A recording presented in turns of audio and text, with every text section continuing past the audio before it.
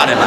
হালিমাতুস সাদিয়া বলেন, আমি এক বেলা কুলে নিতাম মোহাম্মদকে, আরেক বেলা কুলে নিতাম আমার ছেলেকে, এইভাবে কুলে নিতাম। যদি এক বেলা মোহাম্মদকে কুলে যেদিন না নিছি, এদিনই আমার একটা বকরি বাগে খাইছে। একটা না একটা বিপদ আমার হইতো যদি কুলে না নিতাম। হালিমাতুস সাদিয়া বলেন, একদিন মোহাম্মদ বলতেছেন, মা আমি আমার দুধ ভাইদের সাথে বকরি চড়াইতে যাব। বকরি চড়াইতে গেলে সুন্দর চেহারা তো, অন্য রাখালের আসছে, কিরে আব্দুল্লাহ এটা কে, কাকে নিয়ে আসছো? উনি বলতেন হালিমাতুস সাদিয়ার ছেলে, আমার দুধ ভাই যার নাম মোহাম্মদ সাল্লাল্লাহু আলাইহি সাল্লাম। দেখতে তো খুব ভালো লাগে। চারদিক ঘেরাও করে ফেললো রাখালেরা নবীকে দেখার জন্য। বকরিগুলিও চারদিক থেকে দৌড়াদৌড়ি করে আইসা বীর জমাইছে বকরিরাও। তা আমার নবী ঘেরাওয়ের মাঝখানে হাটে কিতাব লেখে, নবীজি যখন হাঁটতে থাকে মরুভূমির উপর দিয়ে, যেই যেই জায়গায় নবীজির কদম মোবারক লাগে, পাওটা সরাইলেই এখান থেকে বরকতের ঘাস বাহির হয়। আর এই ঘাসগুলি যেই বকরি খায়, খাওয়ার সাথে সাথে মোটা তাজা হয়ে যায়। এই নবী নিতে পারলে আমাদের লাভ হবে না লস হবে? এই নবীকে নিয়েছেন, হাদিস শরীফে আসছে, নবীকে নিয়েছেন অর্থাৎ ভালোবাসা দিয়েছেন। আব্দুল্লাহ বিন হুযায়ফার জীবনী, রাত্র 12টা, বিবাহ শেষ, এরকম রাত্র শেষ, বিবাহের রাত্র। আগে তো বিয়ে রাত্রে হইতো, তো বিয়ে শেষ, খানার টেবিলে খানা, আস্তা মুরুখ জামাইয়ের সামনে। বিয়ে যারা করছেন, বিয়ের দিন মুরুখ আস্তা দেয় নাই না টুকরা দিছে? বিয়ে যারা করছেন তারা কোন আস্তা না টুকরা? ছোট না বড়? অন্ত ভারামের মুরুখ আরো বড়। কি মুরুখ প্লেট সাজাইয়া ডিশ ভর্তি জামাইয়ের সামনে দিছে। আচ্ছা এই খাউন পাইলে কেডা চুপ থাকতে পারে কোন তো? এক বেচারা খুব ব্যাক কলার কি, হ্যাঁ 1 কেজি চাউলের ভাত খাইতে পারে। হ্যাঁ বিয়া করাইতে নিচ্ছে, বড় ভাই কইছে, এই তুই কি বিয়ের দিন কম খাইস নাহলে তুই ব্যাক কল দরদ পড়বে, আর কিছু খাইস কিছু ফেরত দিস। হ্যাঁ সামনে যখন ডিশ আইছে, 1 কেজি চাউলের ভাত খাইতে রে, হ্যার কি হেতা হিসাব আছে? ভাই কি কইছে হের মনে নাই, হাতও ধুই নাই, হ্যাঁ খাইতে শুরু করছে। বড় ভাই করে রাখ ভাই আমি হাত ধোয়াই আছে, পরিষ্কার খাইতেছে, অর্ধেক খাইছে। বড় কিছু রাহিস। এক ভাই কি কস, আমি এডি খাইয়া আরো খাইতারুম, বলে আরো খাইতারুম। ডিশ পাইলে কেডা না খায়? আব্দুল্লাহ বিন হুযায়ফা সামনে মুরুখ, সঙ্গীরা সব বসে আছে, রাত্র গভীর। এমনি সময় নবীজির পক্ষ থেকে একটা চিঠি নিয়ে নবী আব্দুল্লাহ বিন হুযায়ফা মাত্র বিবাহ করেছে, বর দোলা জামাই দরজায় দাঁড়ায় ডাকছে সাহাবী, রে আব্দুল্লাহ বিন হুযায়ফা মুরুগে হাত দিস না, নবীর পক্ষ থেকে চিঠি আসছে, চিঠিটা হাতে নাও। কার পক্ষ থেকে চিঠি আসছে? এই যুবক বাবা, এরকম একটা চিঠি যদি তোমাদের কাছে আসে, তোমরা কি চিঠিটা নিতে রাজি আছো? ও আখিরি নবীর উম্মত যুবক, তোমার কত আদর আল্লাহর কাছে জানো? যারা আখিরি নবীর উম্মত যুবক, আখিরি নবীর উম্মতের মধ্যে যারা যুবক, তোমরা যদি একটা ডাক আল্লাহকে আল্লাহ বলে দাও, আল্লাহ তোমার ডাকের জবাব 70 বার দেয়। একটা ডাক দেন না আল্লাহ, এরকম একটা ডাকের জবাব আল্লাহ 70 বার দেয়। আপনি আখিরি নবীর উম্মত যুবক, রাত্রে ঘুমের ঘরে ঘুমিয়ে আছেন, অন্যায় কাজ করতে গেলেন না। বাবা যুবক, তুমি অন্যায় করো না, তুমি না আখিরি নবীর উম্মত, অন্যায় করতে তুমি গেলা না, ঘুমের ঘরে ঘুমিয়ে রইছো। আল্লাহ পাক নির্দেশ দেয় ফেরেশতারা, আমার আখিরি নবীর উম্মত যুবকগুলো ইচ্ছে করলে অন্যায় করতে পারতো, অন্যায় না করে ঘুমের ঘরে ঘুমিয়ে আছে, তোমরা তাদের আমল নামায় সারা রাত নফল নামাজ পড়ার নেকি দিয়ে দাও। যেই নবীর উম্মতের এত মায়া করে, আপনারা কি সে নবীর উম্মত হইতে রাজি আছেন? এই নবীর পক্ষ নিতে রাজি আছেন? পক্ষ নিলে লাভ দেখি, দেখুন না বাস্তবতায় আসলাম।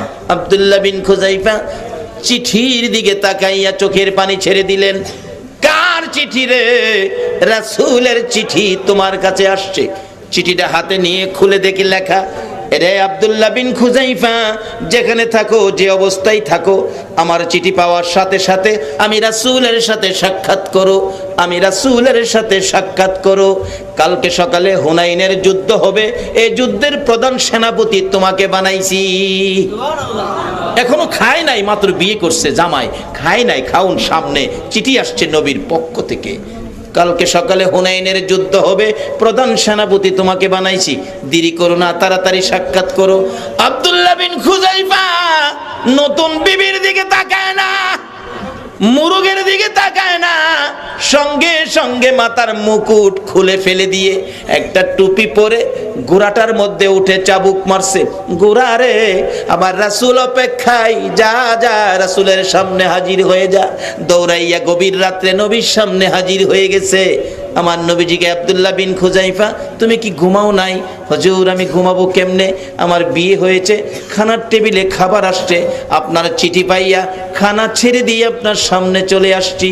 কালকে নাকি হুনাইনের যুদ্ধ হবে, আমাকে প্রধান সেনাপতি বানাবেন। এমনি নতুন বিবির হাতের একটা চিঠি গেছে, স্বামী গো চলে গেলা, একটু দেখা করে গেলা না, একটু আসো দেখা করে যাও, স্বামী হিসাবে তোমাকে দেখে দেই, তুমি স্ত্রী হিসাবে আমারে দেখা যাও। চিঠিটা ছিঁড়ে ফেলছে। রাসূলের চিঠির পর কারো চিঠি আমি দাম দেই না। আরেকটা চিঠি গেছে, ছিঁড়ে ফেলছে। 3 নাম্বার চিঠিটা রাসূল দেখেছেন। এরে আব্দুল্লাহ বিন খুযাইফা, কার চিঠি ছিঁড়ে ফেলছো, কার চিঠি? হুজুর আমার নতুন বিবি চিঠি পাঠাইছে। কেন? একটু দেখা করার জন্য। যাও, আমি অনুমতি দিলাম। দৌড়ায় বাড়িতে গিয়ে দরজায় দাঁড়াইয়া রইছে। বিবি ঘরের ভিতর থেকে ডাকে, স্বামী একটুখানি সময়ের জন্য ভিতরে আসো। চোখের পানি গাল বেয়ে বেয়ে ছেড়ে দিলেন। বিবি গো, রাসূলের চিঠি পাইয়া ঘর থেকে বেরিয়েছি, আর এই ঘরে ঢুকবো না। বিবি ডাকতেছে, স্বামী তুমি যুদ্ধে যাইবার শুনেছি, আমি বাধা দেব না, একটু সময় ভিতরে আসো, তোমাকে দেখে দেই। হাসরের ময়দানে আজকের যুদ্ধে তুমি শহীদ হয়ে গেলে, হাসরের ময়দানে আমি যখন তোমাকে শহীদ স্বামী বলে ডাক দিব, তুমি যেন আমাকে চিনতে পারো, আমি নিষেধ দিব না, যাওয়ার জন্য বাধা দিব না। বলুন অহনের দিনের মহিলারা এইভাবে যদি মরণ লাগে, দিবনি যাইবার লাগিয়া? ঘরের ভিতরে নিয়ে দরজা বন্ধ করে দেবো, অন্যরা মইরা যাগা, তুমি বই থাকো। আরে নবীর প্রেমের পাগল যারা প্রেম খেলা খেলে, কর না, নবীর প্রেমের নবীর প্রেমে ওয়াস করনি দন্ত দেয় ফেলে, নবীর প্রেমে ওয়াস করনি দন্ত দেয় ফেলে। নবীর প্রেমের পাগল যারা প্রেম খেলা খেলে, হায়রে নবীর প্রেমের পাগল যারা প্রেম খেলা খেলে। হযরত হানজালা পাগল ছিল, নবীর প্রেমে জীবন দিল। হানজালা পাগল ছিল, নবীর প্রেমে জীবন দিল। গোসল করাইলো তারে ফেরেশতার দলে, গোসল করাইলো তারে ফেরেশতার দলে।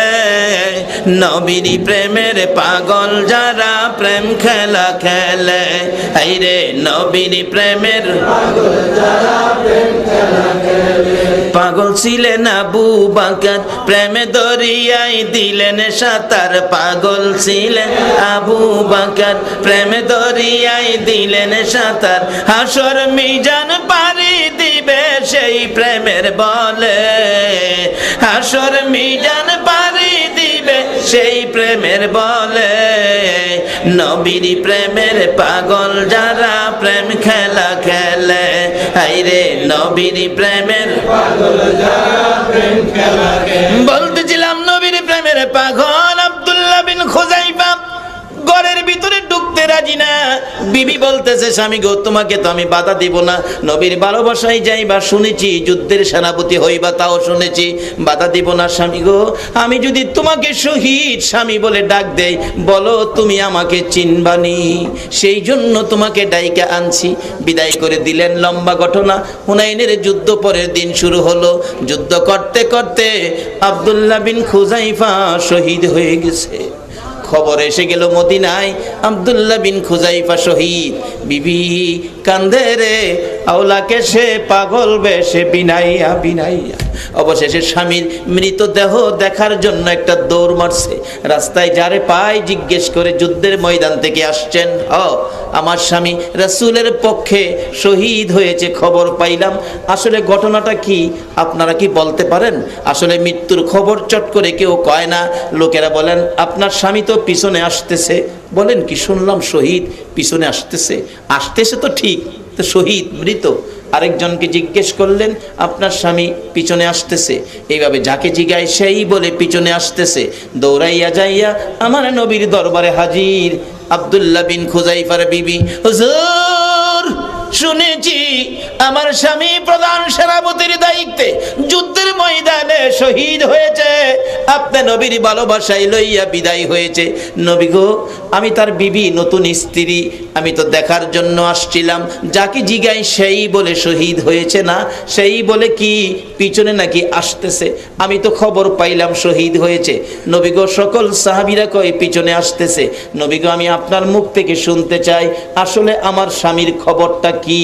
আমার নবী বলেন আব্দুল্লাহ বিন খুজাইফার বিবি রে, সবাই যখন বলেছে পিছনে আসতেছে, আমি রাসূলও বলে দিলাম রে তোর স্বামী পিছনে আসতেছে। আমার আল্লাহ বলেন জিবরাইল রে তুমি কই রে জিবরাইল? আমার বন্ধু যখন বলেছে পিছনে আসতেছে, আমি আর আব্দুল্লাহ বিন খুজাইফারে মৃত দেখতে চাই না রে জিবরাইল। যাও যাও, আমার বন্ধুর পক্ষে জীবন দিয়েছে আর আব্দুল্লাহ বিন খুজাইফার বিবি স্বামী দেখতে আসছে রে। আমার বন্ধুর পক্ষে যাওয়ার কারণে আমি ভালোবাসার বিনিময় কি দিতে পারি প্রমাণটা তুমি করে দাও রে জিবরাইল। যাইয়া ডাকতেছে, প্রভু গো আমি কি করব? তুমি যাও, আব্দুল্লাহ বিন খুজাইফাকে কাঁধে করে নিয়ে আসতেছে আর আব্দুল্লাহ বিন খুজাইফার বিবি আসতেকে দেখার জন্য। আমার নবীও বলেছে পিছনে বলে আসতেছে। আমি আর কাঁধে থাইকা যাইতে দেখতে চাই না, হাইটা হাইটা যাবে আমি তা দেখতে চাই। আমার বন্ধুর পক্ষ নেওয়ার কারণে আমি আল্লাহ পুরস্কার দান করে দিতে চাই। জিবরাইল তুমি যাইয়া আব্দুল্লাহ বিন খুজাইফার মাথার মধ্যে হাতে ধাক্কা দাও, আমি আল্লাহর কুদরত লাগাবো। আমার নবীর ভালোবাসার ব্যক্তিত্ব আব্দুল্লাহ বিন খুজাইফারে জীবিত বানাইয়া দিলাম। আল্লাহু আকবার। বলুন এই নবীর পক্ষ নেওয়া আমাদের দরকার আছে কিনা? বাবারা ভাইরা, কেন এই নবীর পক্ষ নিবেন না? আমার নবী আপনার আমার মায়ায় কত ব্যথায় ব্যতীত। উহুদের জমিনে যেদিন আমার নবীকে মারতে মারতে দুইটা দান দান ভেঙে ফেলেছে, রক্ত মুবারক জড়তে জড়তে জামা কাপড় লাল। আমার নবী ডান দিক বাম দিক ঘুরে ঘুরে কান্দে, সাহাবীরা রে আমার দুইটা দান দান মুবারক শহীদ করে ফেলেছে। তারপরও উহুদ পাহাড়ে যারা গিয়েছেন দেখেছেন পিছন দিয়ে পাহাড়ের মাঝখানে ছোট্ট একটা রাস্তা ছিল, এর মধ্যে সাহাবীদেরকে পাহারা ছিল। যুদ্ধ শেষ মনে করে সাহাবীরা চলে আসলে পিছন দিক থেকে বেঈমানেরা এসে, শত্রুরা এসে আমার নবীকে একা পেয়ে ঘেরাও করে ফেলেছে। নবীজি যেই দিকে তাকায় শুধু শত্রু বন্ধু বলে কাউরে দেখে না। আমার নবী বলেন ডান দিকে তাকাইলে আমারে বাম দিক থেকে মারে, বাম দিকে তাকাইলে ডান দিক থেকে মারে। মারতে মারতে মাথার লোহার টুপিটা ভেঙে টুকরা টুকরা করে জমিনে ফেলে দিল। লম্বা লম্বা দুইটা লোহার টুপির অংশ মাথার দুই পাশে ভিতরে ঢুকে গেল। এত গভীরে ঢুকেছে আমি টানি খোলার জন্য মন কই কলিজা খুলে আসবে, টুপির অংশ খুলবে না। নবী মাথা চক্কর খাইয়া উহুদের পাহাড়ের নিচে সমতল ভূমি জমিনের মধ্যে পড়ে গেছে। যারা হজ করতে গিয়েছেন এখনো জায়গাটা আগের মতো রেখে দিয়েছে আরব সরকার। আমার নবী বেহুশ, জ্ঞান ফিরে না, রক্ত মাখা সমস্ত চেহারার মধ্যে মাথা মুবারক ভাঙ্গা, দাঁত মুবারক শহীদ, বেতাই ব্যতীত নবী জ্ঞান হারা হয়েছে। এমনি সময় আরো নবীজিকে মারতে ছিল দুনিয়ার থেকে বিদায় করে দেওয়ার জন্য। এমনি সময় হযরতে জিবরাইল এইভাবে দুইটা হাত বাড়াইয়া আমার নবীকে টান দিয়ে কোলে উঠাইয়া তাদের সামনের থেকে সরাইয়া নিয়ে আসছে। উহুদ পাহাড়ের মাঝামাঝি নিচ থেকে দেখা যায় না এমন একটা জায়গায় নবীকে কোলে লইয়া জিবরাইল ডাকতেছে, এরে উহুদের পাহাড়, ও উহুদের পাথর দেখ, যেই নবী না হইলে তোরা হতে না, আমিও হতাম না, কুল কায়লাত হতো না। এই নবীকে মারতে মারতে দেখ কি অবস্থা করেছে, বেহুশ হয়ে আছে, নবীর জ্ঞান ফিরতেছে না। একটু বিছানার ব্যবস্থা করে দে, আমি আল্লাহর বন্ধুকে শুয়াইয়া রাখি। জিবরাইল বলেন এই বলে ডাক দেওয়ার সঙ্গে সঙ্গে দেখি লম্বা একটা পাথর ফাইটা তোলার মতো নরম বিছানা হইয়া যায়। ওই বিছানাটার মধ্যে আমি আমার নবীকে শুয়াইয়া মাথার পাশে বসে আছি। নবীজির জ্ঞান ফিরতেছে না। অনেকক্ষণ পর নবীজি দুইটা চক্ষু খুলে ডান দিক বাম দিক মাথাটা ঘুরাইয়া চোখের পানিগুলো জর্জর করে ছেড়ে দিলেন। জিব্রাইল বলেন, হুজুর কাঁদবেন না, আমি আপনাকে বহুত উপরে নিয়ে আসছি, কেন আপনি কাঁদেন আমি জানতে চাই। আমার নবী বলেন, জিব্রাইল রে, আমার এত পাহাড়ের উপরে নিয়ে আসছো রে, আমার সাহাবীদের খবর কি? আমার সাহাবীদের খবর আমার কানে পৌঁছাইয়া দে। জিব্রাইল বলেন, ইয়া রাসূলুল্লাহ, সাহাবীদের খবর শোনার আগে আপনার খবর আমার কাছে বলুন, আমি আল্লাহর কাছে পৌঁছে দিব। অপেক্ষায় বসে আছি, কি খবর শোনাবে রে জিব্রাইল?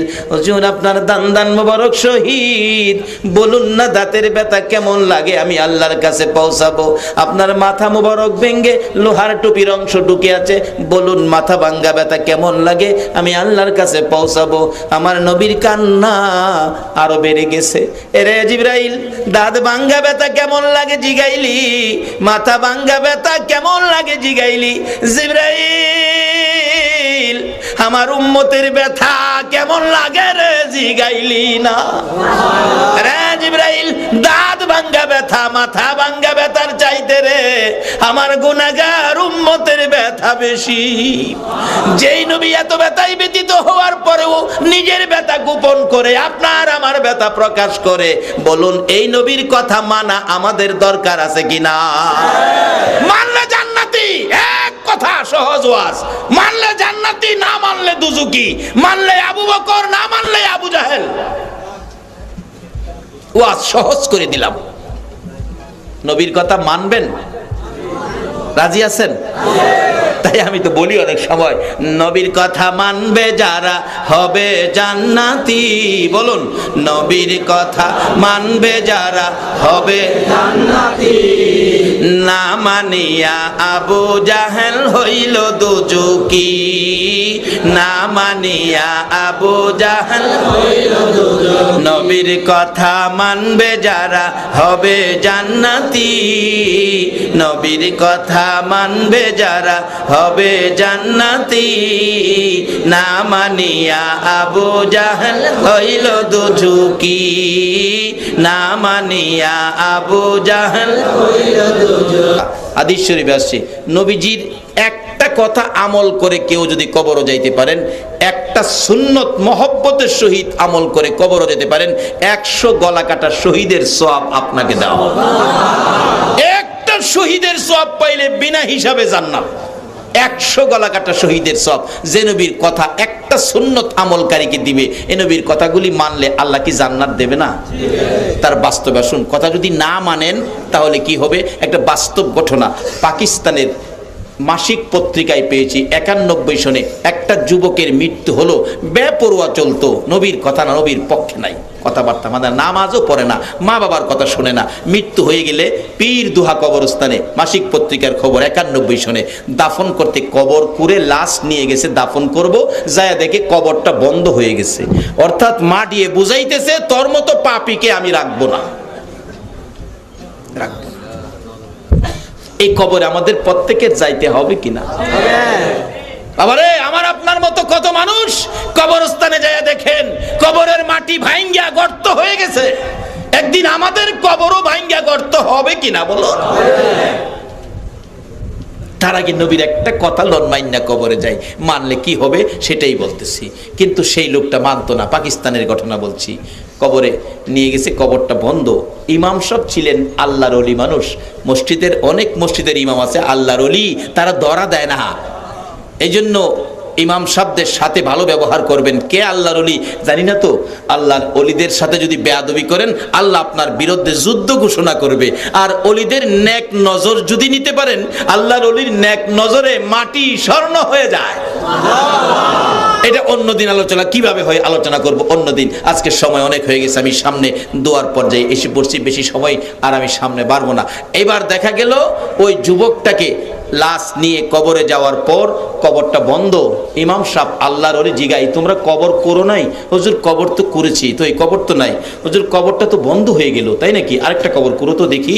হাজার হাজার মানুষের সামনে আরেকটা কবর করা হলো, পাকিস্তানের ঘটনা বলছি।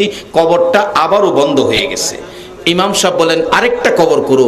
3 নাম্বার কবরটা আর বন্ধ হলো না। আল্লাহর ওলি বলেন বাবারে এই কবরের ভিতরেই তাকে দিতে হবে, লাশটা দাও। 2 জন লোক লাশটার জন্য কবরে নামলেন, হাত বাড়াইলেন দিবেন। একটু পরে দেখে কবরের অবস্থা ভালো না, নিচ থেকে কবর থেকে ডাকতেছে, হুজুর লাশটা দিয়েন না, দিয়েন না। দিবার আগে আপনি আইসা দেখেন কবরের অবস্থা কি। বাস্তব ঘটনা বলছি। ইমাম সাহেব আল্লাহর ওলি দৌড়াইয়া কবরের পারে যায়, দেখে 2-2.5 হাত লম্বা কালো রঙের বিচ্ছু, মানুষের চোখের মতো চোখ, কবরটা ভরে গেছে। এটা হলো দেখা। রাসূল বলছে এক একটা কবরে 99টা করে সাপ দেওয়া হবে। আজকে বলুন 10টা সাপ যদি প্যান্ডেলের ভিতরে ঢুকে, বড় বড় 10টা সাপ, আপনারা কি মাহফিলে ওয়াজ শুনবেন? এত মানুষ 10টা সাপের ভয়ে দৌড়াবেন। আর যেই কবরে মাথার মুড়ি পায়ের মুড়ি বাঁধা মাঝখানে আরো একটা বান দিয়ে শোয়া দিয়ে সবাই চলে যাবে, 99টা সাপ আসবে। এই ঘরের জন্য কি রোজগার করেছেন? নবী বলেছে দুনিয়াটা আখিরাতের বাজার। কি সদাই করেছেন বাবারে? ছেলে মেয়ে, বিবি বাচ্চা, আত্মীয় স্বজন, বংশধর, টাকা পয়সা, ব্যবসা বাণিজ্য, কল কারখানা সব আপনার পর হয়ে যাবে।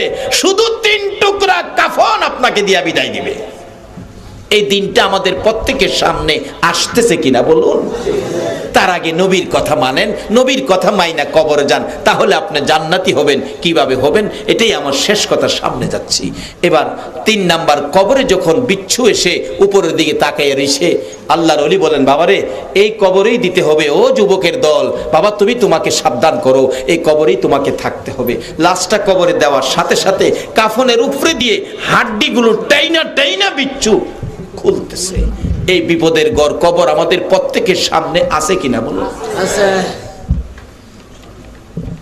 আল্লাহর ওলি বলেন এই কবরেই তাকে দাফন করতে হবে। এই নজির আপনারা দেখে যান। এটা তো পাকিস্তানের ঘটনা বলছে, আমাদের ভৈরবের ঘটনা। ভৈরবের কেউ যদি থাকেন, আজ থেকে প্রায় 25-26 বছর আগে ভৈরব রেল স্টেশনের পাশে পুরো কবরস্থান, বিরাট বড় কবরস্থান। একদিন শেষ রাত্রে কবর থেকে দাও দাও করে ধোঁয়া উঠতেছে। ঢাকা মেল, যেটা আপনাদের চট্টগ্রাম থেকে ছেড়া যায় রাত 10টা, 4টার দিকে ভৈরবে পৌঁছে। এই স্টেশনে যাওয়ার আগেই ট্রেন থামাইয়া প্যাসেঞ্জাররা যায় দেখছে আগুনের মতো ধোঁয়া দাও দাও করে উঠতেছে।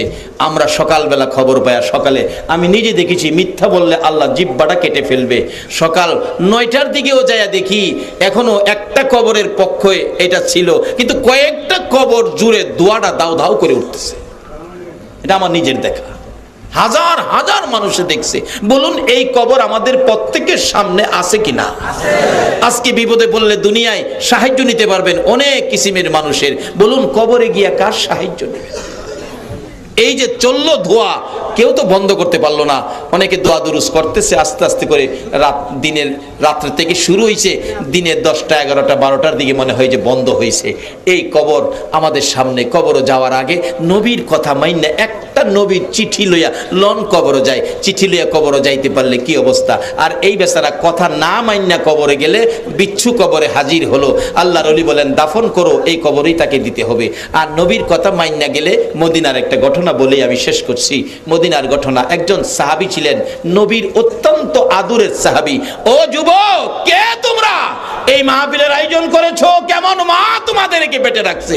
নিশ্চয়ই তোমরা যখন মায়ের পেটে ছিলে, মা তোমরা পেটে থাকাকালীন নবীর উপর দুরূদ পড়ছিল, তারাই আজকের মাহফিলের সদস্য, যার গায়ে দুরূদের তাসির আছে। নবীর সাহাবী যুবক তোমাদের মতো খুব কালো ছিল। কালোর আরবি হলো আসওয়াদ। নবী একদিন ডেকে বলেন, আসওয়াদ তুমি বিয়ে করছো? না হুজুর। বিয়ে করবি? হুজুর আমি বিয়ে করবো, যে আমি তো কালো, আমার কেউ পছন্দ করে না। আরে বাবা, আমি তোমার বিয়ের ব্যবস্থা করি, তুমি বিয়ে করবো কিনা? হুজুর বিয়ে তো করতে রাজি, আপনি যদি ব্যবস্থা করেন তাহলে আমি রাজি আছি। নবী একটা চিঠি লিখে পাঠাইছে, যাও ওই যে মদিনার বড় বাড়িটা আছে না, বড় বাড়ির মালিকের হাতে নিয়ে চিঠিটা দিও। যায় দেখে বড় বাড়ির মালিক বাড়ির সামনে বসা। আসসালামু আলাইকুম চাচা। ওয়ালাইকুম সালাম। বাতিজা কি ব্যাপার? নবীজি চিঠি পাঠাইছে। বলেন কি, নবীর চিঠি? হায় হায় দেন। চিঠি হাতে নিয়ে চুমা খাইছে, বুকে লাগাইছে, চোখে লাগাইছে, খুইলা দেখি লেখা, তোমার সুন্দরী মেয়েটাকে আমার কালো সাহাবীর কাছে বিয়ে দিয়ে দাও, ইতি রাহমাতাল লিল আলামিন। সাহাবী পড়তেছে, নবীর কথা মানবে যারা হবে জান্নাতি, না মানিয়া আবু জাহেল। নবীর কথা মানতে হবে তো। আল্লাহ নিজেও কোরআন শরীফে বলছে, ওমাই ইতির রাসূল ফাকাদ আতা আল্লাহ। নবীর কথা মানার জন্য আল্লাহ বলছে। কি করব? কিন্তু লেখছে ছেলেটা কালো, মেয়েটা সুন্দর। কিতাব লেখে মেয়েটা এত সুন্দর ছিল, সারা মদিনায় এর চেয়ে সুন্দর কোনো মেয়ে ছিল না। বিদায় মদিনার লোকেরা এই মেয়েটাকে মদিনার হুর, হুরে মদিনা বলে ডাকতো, মদিনার হুর কইয়া ডাকতো। এত সুন্দর। নবীর পক্ষে গিয়া লাভটা কি হলো? যুবক, এই নবীর পক্ষে আসো, নবীর চিঠি আমল করো। সুন্দরী মেয়েটাকে কালো সাহাবীর কাছে বিয়ে দিয়ে দাও, ইতি রাহমাতাল লিল আলামিন। মেয়ের বাবা চিন্তা করতেছে, ছেলেটা কালো, মেয়েটা সুন্দর, এত কালো কালো লেখলো, কেমন কালো, একটু ভালো করে দেখি না, মেয়েটা সুন্দর, পছন্দ করে কিনা ভালো করে চায়া দেখতেছে। ছেলেটা বিয়ে দিলে ছেলে দেখে না মানুষ, ছেলে দেখে না, ছেলে দেখতেছে, দেখে এমন কালোর কালো, বাবা রে, একবারে জাহাজ মার্কা। জাহাজ মার্কা কি জানি আছে একটা, চট্টগ্রামও আছে, মাশাআল্লাহ, থাকলে বালা। আরে জাহাজ মার্কা হইলে কি মানে? কার কথা? সে নবীর কথা মানলে ভাগ্য ভালো না খারাপ? নবীর কথা মানলে জান্নাতি না জাহান্নামী? যুবক, এই নবীর কথা মানতে কি রাজি আছো? আল্লাহ কবুল করো, সকলে বলো না আমি। কালো হইলে কি কিন্তু নবী যে পাঠাইছে, কেমনে না করি। ডাকতেছে, মেয়েটা আমার সুন্দর, মেয়েটা রাজি হয় কিনা। বাবা আসওয়াত, আসওয়াত হলো কালোর আরবি আর কি। আসওয়াত জি, আপনি এখন যান, আমি পরামর্শ করে পরে জানাবো, অর্থাৎ মেয়েটারে বুঝাইবো আর কি, নবী যে পাঠাইছে। আচ্ছা আসওয়াত তখন যাইতেছে গা, মনটা খারাপ না বালা, মাথায় চুলকার, কই ইয়া রাসূলুল্লাহ কইছিলাম না হইতো না, আমার মেয়ের বাবা ওই পছন্দ করে না, আর মেয়ে পছন্দ করবো, হইতো না। আল্লাহ কো আসওয়াত রে, যে নবী আঙ্গুল ইশারা করলে সাত দুই টুকরা কইরা দেই, এই নবীর লেখা চিঠি বিফল যাইতে পারে না। মেয়েটার মধ্যে মেশিনপত্র কল কবজার মধ্যে ঘুরাইয়া দিছে, রহম করে দিছেন আল্লাহ।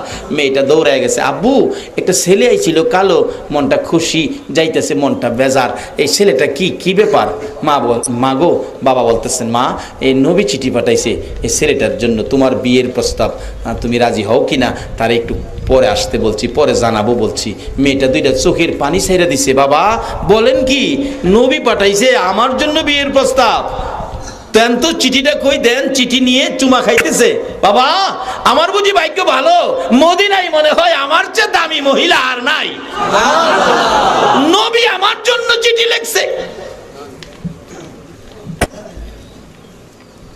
বাবা নবী যখন আমার জন্য চিঠি লিখেছে, কালো আর সুন্দর বুঝি না, আমি মেয়ে নবীর কথা মানতে যাইয়া গো কালো ছেলের কাছে বিয়ে বসতে রাজি হয়ে গেলাম। বাবা আপনি ডাক দেন, যাইতেছে তো নবী কষ্ট পাবে, নবীরে কষ্ট দিতে মদিনার মহিলারা পর্যন্ত রাজি না, আর আমরা বাংলাদেশের মহিলারা নবীরে খুশি করতে রাজি না। মাগো, যেই ঘরে রঙের শাড়ি পইরা বউ হইয়া ঢুকছো, যেই ঘরটারে সুকেশ দিয়ে, আলনা দিয়ে, আলমারি দিয়ে সাজাইছো, দামি দামি শাড়ি সুকেশ পরেছো, এই ঘর থেকে তোমাকে 3 টুকরা কাফন দিয়ে বিদায় করবে, একটা শাড়িও তোমারে কবর নিতে দিবে না। তুমি নবীর ভালোবাসায় আসো, নবীর কথা মা তুমিও মানো, নবীর আদর্শ মাফিক তুমিও চলো। এবার সুন্দরী মহিলাটা নবীর কথা মানার জন্য বাবারে নির্দেশ দিলেন, বাবা ডাক দেন, ছেলেটা যাইতেছে গা, নবী শুনলে কষ্ট পাবে, নবীরে কষ্ট দিতে রাজি না। ডাক দিচ্ছেন, আসওয়াত, কালামিয়া, ব্ল্যাক, আসেন। কালারে ইংরেজি কি কয়? আসেন। বেলেক হাইছে, আসসালামু আলাইকুম। কি মুসলমানের আদর্শে কি আছে? আসেনি আসেনি। অন্ত আবার আদর্শ ঘুরছে, একটু শিক্ষিত হইলে, বড় হাফ প্যান্ট ফিনলেই, দাঁড়াইয়া প্রস্রাব করা শিখলেই, হ্যাঁ অফিসে গিয়া বসেরে গিয়া কর গুড মর্নিং। আসে নাই চরিত্র? ও মুসলমান, ও আসে থেকে রাসূল, তোমার লজ্জা থাকা উচিত। তুমি যেই দেশের আদর্শ গুড মর্নিং ধরেছ, সেই দেশের ইহুদি খ্রিস্টানরা মুসলমান দেশগুলির মধ্যে আগ্রাসন চালিয়ে ইরাকের মতো জমিনে এসে তোমার আমার মা বোনদেরকে ইজ্জত মারতেছে, আর তুমি নবীর আদর্শ ছেড়ে তাদের আদর্শ ধরেছ। এই আদর্শ নিয়ে নবীর সুপারিশের আশা করতে পারো না। তোমার চরিত্রে আসতে হবে সালাম, নবীর আদর্শ। এক মুসলমান আরেক মুসলমানকে দেখলে বলুন আমরা কি ব্যবহার করব?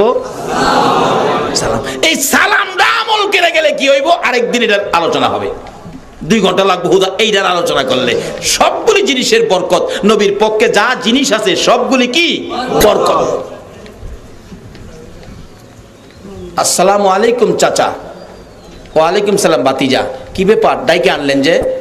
বাবা আমার মেয়ে তো রাজি হইছে। বাবা রাজি হইলে খুশির খবরে জানি কি কইতে হয়, কি কইতে হয়?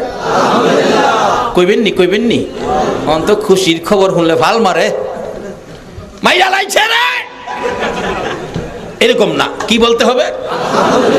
এগুলি নবীর আদর্শ, নবীর শিক্ষা। আমরা নবীর শিক্ষায় শিক্ষিত হব। এই শিক্ষায় শিক্ষিত হয়ে যদি জীবন গঠন করতে পারি, জঙ্গলার বাঘ ভাল্লুক পর্যন্ত আখিরি নবীর উম্মতের পরিচয়ের উপর আপনাকে ইজ্জত দিবে, আপনাকে সম্মান দিবে। আচ্ছা রাজি হইছে, আলহামদুলিল্লাহ। মেয়ের বাবাকে বাবা বিয়ে তো নবীর আদর্শ, মহারানার টাকা লাগবে, মহারানার টাকা আছে। আল্লাহ খুশি করার কাজ করত।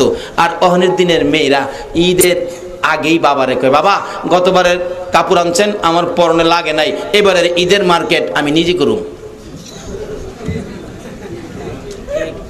কয় না বিবি সাহেব তো ভুললেই রয়েছে, গতবারের শাড়ি এবারও গায়ে লাগাইছি না, এইবার ঈদের শাড়ি নিজের পছন্দে কিনুম।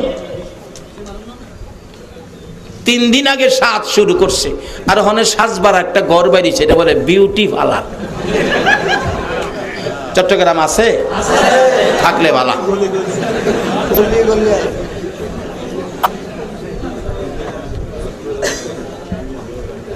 তুমি কাকে দেখানোর জন্য বিউটি পার্লারে গেছো? বিউটি পার্লারের মালিক আবার চিনি হেন, কইবা আবার আমরারে দোষে কি লেগা? বাবা আমি আপনারা বিরোধিতা করি না, এটা তো মুসলমানদের কাজ না। তুমি সাজতে পারো, মেয়েদের জন্য সাজ জায়েজ, একমাত্র সাজ সাজিয়ে তোমার স্বামীকে দেখানোর জন্য। এর বাইরে যদি কাউকে দেখানোর জন্য সাজাও, এই প্রত্যেকটা সাজানো জায়গায় হাশরের ময়দানে সর্প দংশন করবে। আসওয়াদ যুবক কালো ছেলে মহারানার টাকা চাইছে, মেয়েটা পরামর্শ দিচ্ছেন, বাবা দেন না, মহারানার টাকা দেন না, নবী খুশি হবে, আল্লাহ খুশি হবে, সাহায্য দেন। মেয়ের পরামর্শে বাবা কিছু টাকা তুলে দিলেন আসওয়াতের হাতে। আসওয়াত গনে গনে দেখে অনেকগুলি টাকা। এবার মেয়ের বাবা আবার বলতেছেন, এ আসওয়াত আজকে যদি বিয়ে হয় একটা নতুন কাপড় বিয়ের দিন পরতে হয়, একটা নতুন কাপড় বিয়ের দিনের জন্য আনতে পারবে? টাকা আসেনি। আসওয়াত বলেন, না না, নতুন কাপড় কেনার মতো টাকা নাই আমার কাছে, এমটি পকেট, একবারে খালি। বিয়ের দিন নতুন কাপড় পরার চল বলুন আমাদের এলাকায় আসেনি? চট্টগ্রামে আছে? একটা নতুন কাপড় তো বিয়ের দিন অন্ততপক্ষে লাগতে হয়। এই বিয়ের দিন নতুন কাপড় পরবে, মনে বড় সাজ ছিল নবীর মেয়ে খাতুনে জান্নাত ফাতেমাতুজ জাহরা। যেদিন হযরতে আলীর সাথে বিবাহ হবে, আলী মহারানা দেওয়ার মতো টাকা ছিল না। আমার নবী বলেন, আলী রে মহারানা ছাড়া বিয়ে হবে না। তাহলে কি করব? তোমার কি আছে? বিক্রি করে টাকা আনো। বিক্রি করব হুজুর, কিছুই নাই, শুধু আমার ঢাল তরবারি ছাড়া কিছুই নাই। আমার নবী বলেন, আলী রে ডাল তরবারি বিক্রি করে মহারানা দিতে হবে। তখন ইসলামের জন্য ডাল তরবারি কত জরুরি ছিল। তাইলে বোঝা গেল ইসলামের ডাল তরবারি জরুরি, এর চেয়ে আরো জরুরি হলো মহিলাদেরকে বিয়ের সময় মহারানা দেওয়া। রে মা বোনেরা, এই নবীর আদর্শ ছেড়ে দেওয়ার কারণে এখন মহারানা তোমাদের দিতে হয়। কি দিতে হয় না মেয়েদের? বিয়ের আলাপ দিলেই ছেলের বাবা জিগায় কত দিব রে, কত? গতকালই কই 50 লইতারুম। 50 কি লইতারবো? এটা কি হারাম না হালাল? এটা তখন হালাল কইলো, তাহলে মনে হয় লইছে, কারণ যে লইছে হ্যাঁ তো হারাম কইতো না। কারণ আমাদের ভৈরবে এক বেচার আছে, নামাজ পড়ে 6 রক্ত। আরে জিগাইলাম বাবা নামাজ পড়ো? জি পড়ি তো। তুমি বলে 6 রক্ত পড়ো? হুজুর নামাজ তো 6 রক্তই। হ্যাঁ কো নামাজ বলে 6 রক্তই। আরে বাবা কি কও? কহ নামাজ 4 রক্ত। কেমনে হিসাব দাও? হিসাব করে জুহর আসর মাগরিব এশা, জুহর আসর মাগরিব এশা। আরে ফজর? কোন ফজর নাই। আরে কি কো ফজর নাই? হুজুর আমি ঘুমের তো উঠতারি না। আচ্ছা হ্যাঁ ঘুমের তো উঠতে পারে না দেখে কি ফজর নাই? তুমি যৌতুক নিছো দেখে কি এটা হালাল? হারাম হারামের জায়গায় রাখতে হবে, না হয় তোমার ঈমান চলে যাবে। যৌতুক হারাম। সাহায্য দেন, মহারানার জন্য সাহায্য দিলেন, কাপড়ের জন্য চাইলেন। আমার নবী মহারানার জন্য আলীকে নির্দেশ দিলেন, আলী রে ডাল তরবারি বিক্রি করে মহারানা দিতে হবে। কত গুরুত্ব! মহারানার টাকা জোগাড় করবেন। ডাল তরবারি বিক্রি করতে গেলে ওসমান গনি রাদিয়াল্লাহু তাআলা ডাল তরবারি খরিদ করে টাকাটা দিলেন আলীর হাতে। আবার ইসলামের স্বার্থে ডাল তরবারিও আলীর হাতে দান করে দিলেন।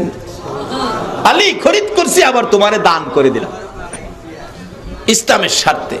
বলতেছিলাম আলী মহারানার টাকা যখন নবীজির হাতে তুলে দিল, ডাকতেছেন আলী মহারানা দিলি আমার মেয়ে বিয়ে করবি, ফাতেমাকে একটা নতুন কাপড় কিনতে পারবি নি? আলী চোখের পানি ছেড়ে দিলেন, ইয়া রাসূলুল্লাহ আমার কাছে টাকা নাই। ভিতরে নির্দেশ দিলেন ফাতেমাকে কাপড় পরাও। ভিতর থেকে জবাব আসলেন কাপড় তো ঘরে নাই, কোন কাপড় ফাতেমাকে পরানো হবে? ভিতর থেকে জবাব আসলেন কাপড় নাই।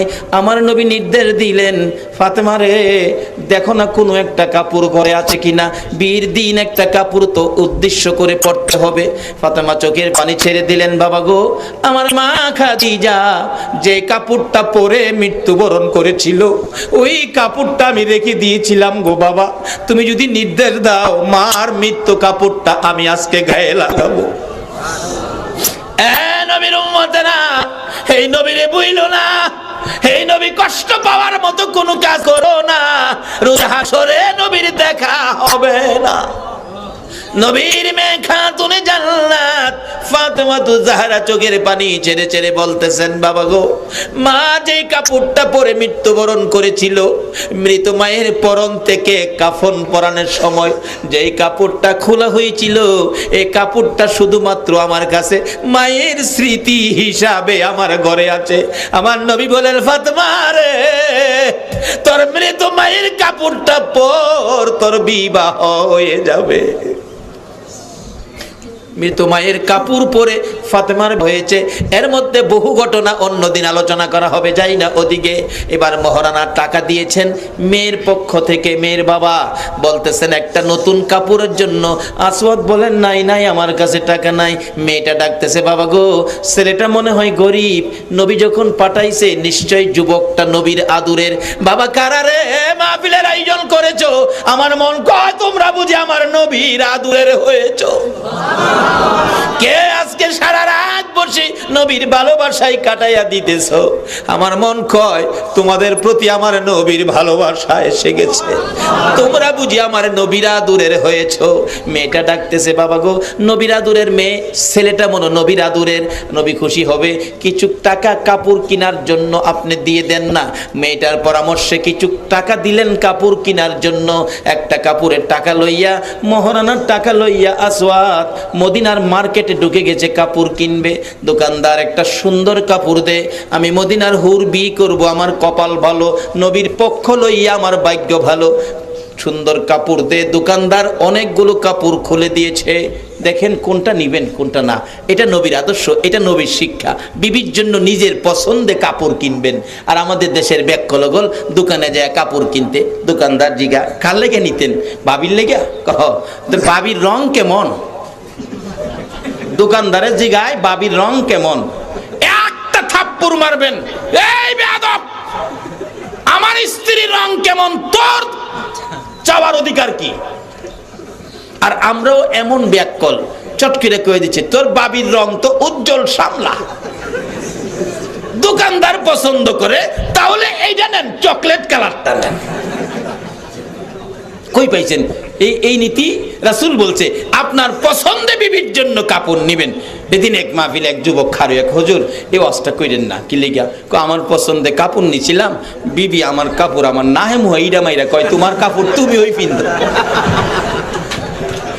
মাঘ স্বামী পছন্দ করে কাপড় আনলে তুমি অসন্তুষ্ট হইও না, স্বামীর মনে দুঃখ দিও না। এই যে কাপড়টা স্বামীর মুখে ইডা মাইরা ফালাইয়া দিছো, স্বামী যে কষ্ট পাইছে, তোমার 70 বছরের ইবাদত নষ্ট হয়ে গেছে। তবে এর লেগে সহজ পাই আবার 500 দামের কাপড় কিনা বিবির লেগে নিয়েন না।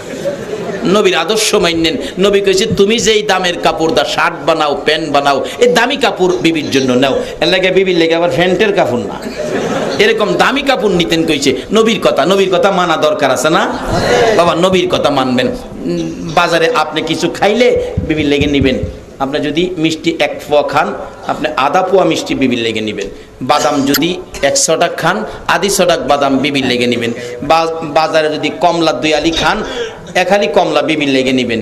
অনেক দিনের ফোলাফান কমলা বন্ধু বান্ধব লইয়া খাইয়া বাহল্লি জমাইয়া বাহল্লি রেখে দিস আমরা ফুলার মা ফান খা, ফানের লগে বলে খাইলে মজা লাগে। বাঙালি বাহল নেয়, বাড়ির কমলা নেয় না। এই জন্যই স্বামী স্ত্রী মহব্বত হয় না। নবীর আদর্শ ব্যতীত পৃথিবীতে শান্তির আশা করা যায় না।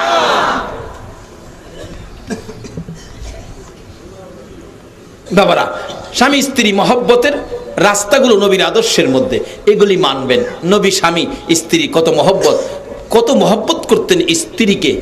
নবী যদি কোথাও থেকে আইসা দেখছে রান্না হয় নাই, নবী স্ত্রীর পাশে বসে বলছে, বিবি তুমি অন্য কাজ করো, আমি চুলার মধ্যে জাল দেই, আগুন জ্বালাই। নবী এই কাজও শরীক হইতে। এটা করবেন, বিবিকে সহযোগিতা করবেন, টর্চারিং না।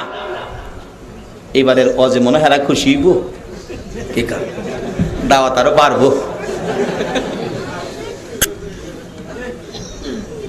বিবিকে টর্চারিং করবেন না, ভালোবাসা দিবেন, মহব্বত করবেন। নবীর আদর্শ। যাই হোক, লম্বা হয়ে যেতেছে, আমি সংক্ষেপ করে আনতেছি। বিবিকে ভালোবাসবেন, এটা নবীর মহব্বত, কিন্তু বিবিকে টর্চারিং না। বাজারে যাইয়া মিষ্টি খাইছেন, ও চাচা বুড়া হয়ে গেছ, মহব্বত বুড়া হইলে কমে না বাবা, বাড়ে। কালকে বাজার থেকে 2টা মিষ্টি, শুকনা মিষ্টি আছে এখন। আগে তো মিষ্টি রসের মিষ্টি ফাইলা নিতে হইতো, এখন ঠুস দিয়া নেওয়া যা, কার্টুন দিয়ে নেওয়া যা। 2টা মিষ্টি কাগজে কিরা বাড়িতে নিবা চাচা, চাচিরে নিয়ে ডাক দা, কইব বাটা এখন খাওয়াই তারুম ফোলাপান হয়ে গেছে গা। ফোলাপান কইব আম্মা রে আব্বা কি খাওয়াইতেছে জানি, লজ্জার কথা। ডাকদা দরজার সিফাত নিবেন গা, দরজার সিফাত নিয়া কাগজ সহ মুহ ঢুকাই দিবেন।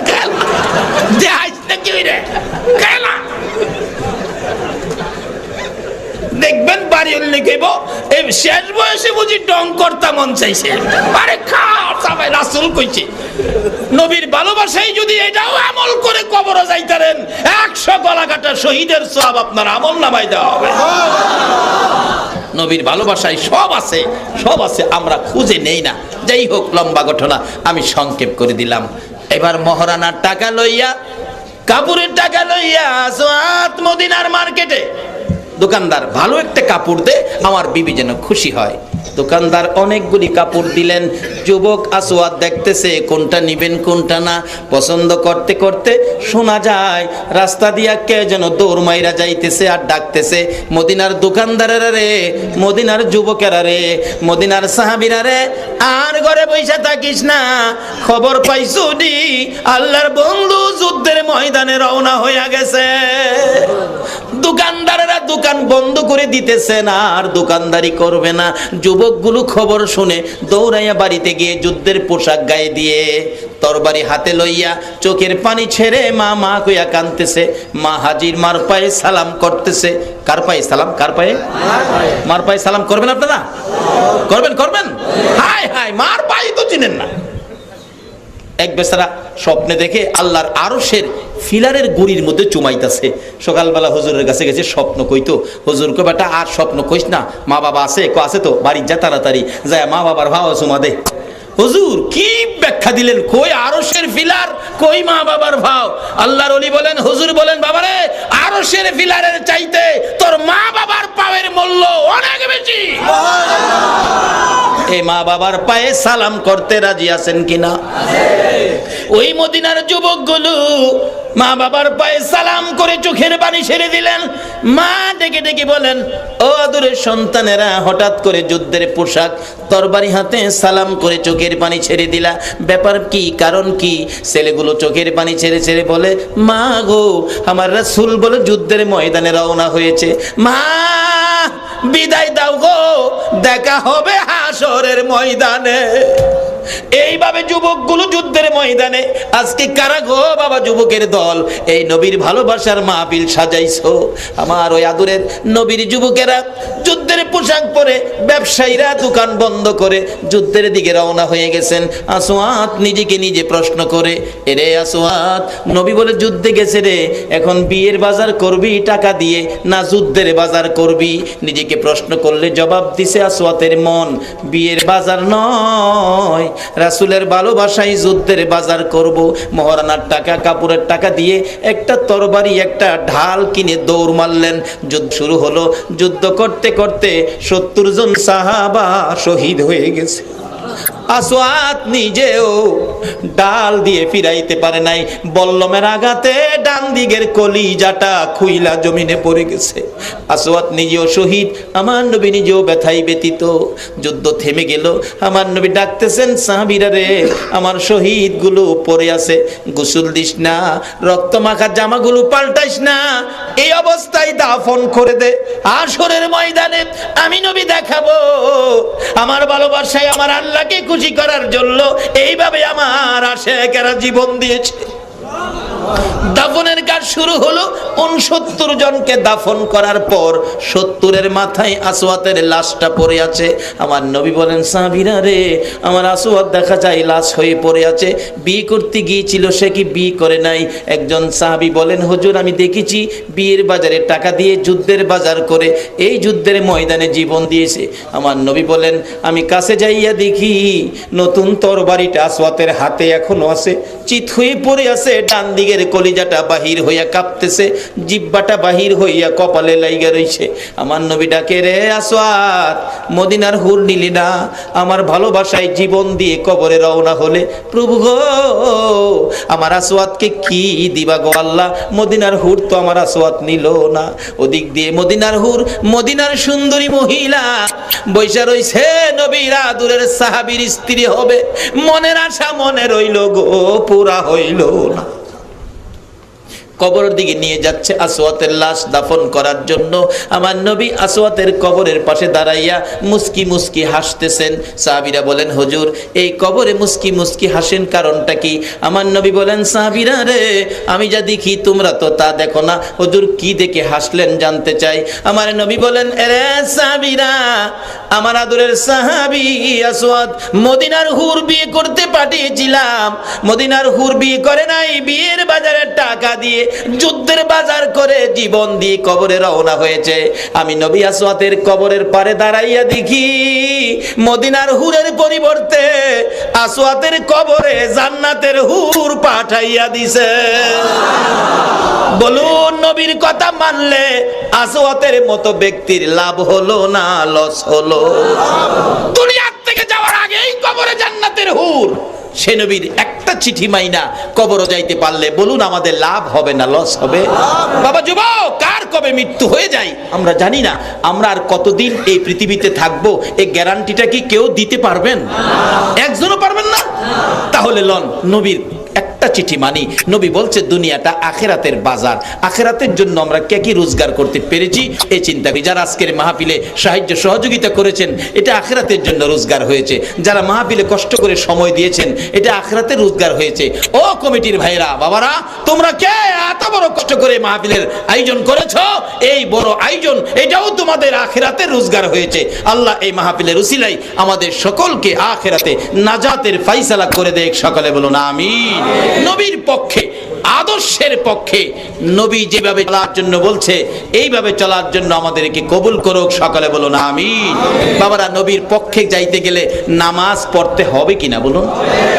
সুদ খাওন যাইব, ঘুষ, মা বাবারে কষ্ট দেওন যাইব না, এগুলি আমরা মানবো, আমল করব। আল্লাহ আমাদেরকে কবুল করুক, সকলে বলুন আমিন। ইয়া নবী সালাম আলাইকা, ইয়া রাসূল সালাম আলাইকা, ইয়া হাবিব সালাম আলাইকা, সালাওয়াতুল্লাহ আলাইকা, ইয়া রাসূলুল্লাহ,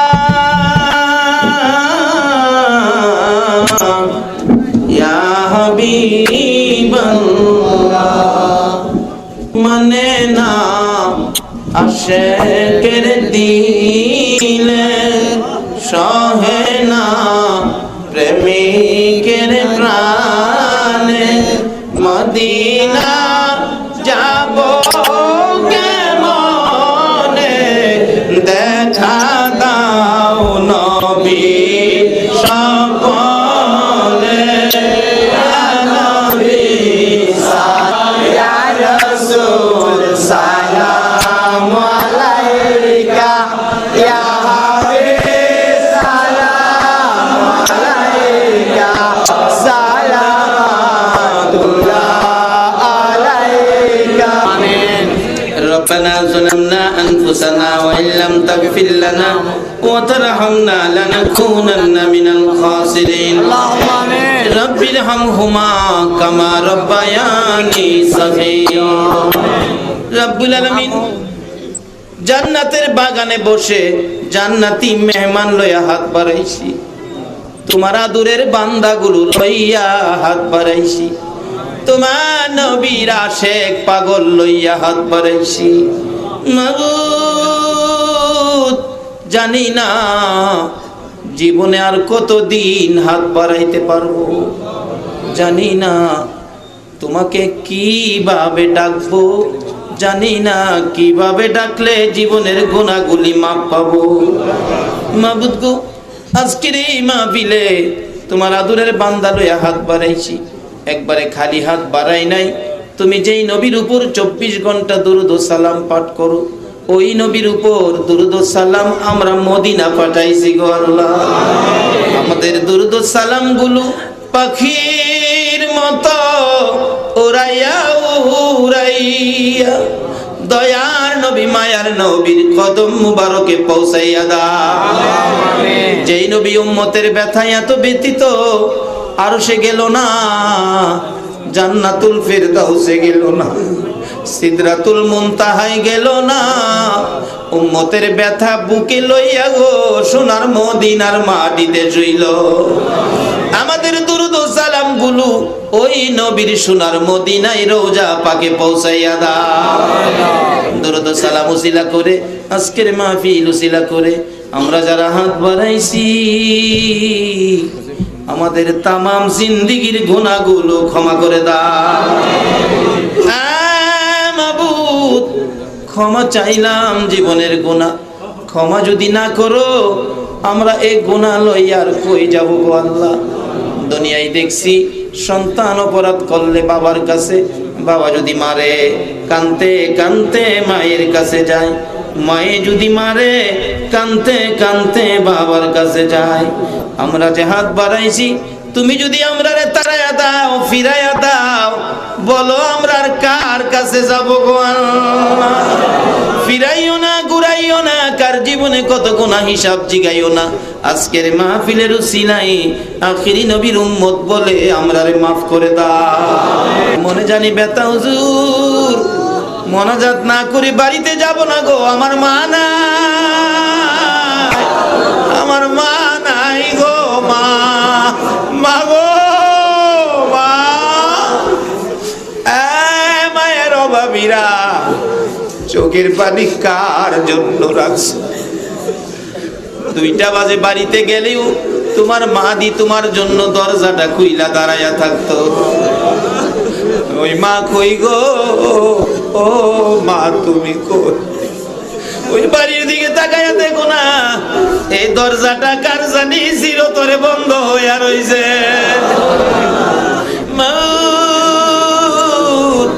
মায়ের বাবিরা কান্দে, তোমার কি মায়া লাগে না গো? কার জানি বাবা নাই, বাবা, ও বাবা, বাবা কই গো?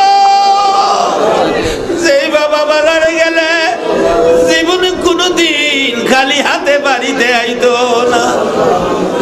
বাবা, সন্তান যদি কোথাও যাইতো, রাত্রে যদি 8টা বাজে, সন্তান বাড়িতে নাই, বাবা দি পাগল পাগল হইয়া যাইতো রে আল্লাহ।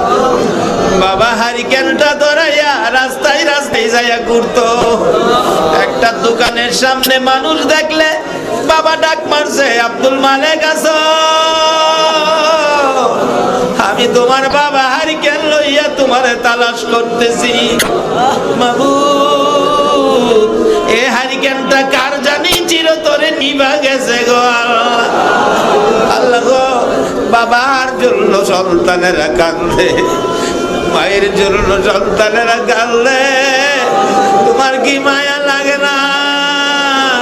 তোমার কি দয়া লাগে না গো আল্লাহ?